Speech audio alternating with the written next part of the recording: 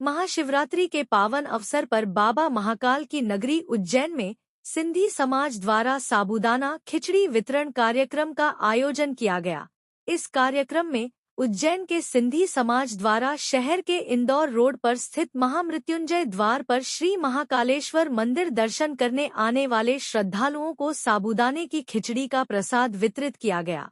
महाशिवरात्रि के इस पावन पर्व पर देश विदेश से आने वाले श्रद्धालुओं को वितरण करने हेतु कुल 5104 किलो साबूदाना खिचड़ी का निर्माण किया गया था। वितरण हेतु 51 टन से भी अधिक साबूदाना खिचड़ी निर्माण करने के पर सिंधी समाज का नाम golden book of world records में लार्जेस्ट प्रेपरेशन ऑफ सेगो खिचड़ी के शीर्षक के साथ वर्ल्ड रिकॉर्ड के रूप में दर्ज किया गया।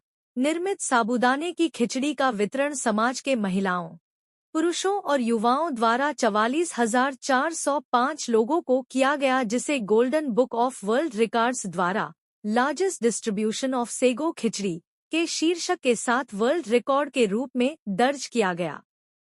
अगर आप सिंधी है तो सिंधी समाज एकता चैनल को लाइक, शेयर और सब्सक्राइब करें।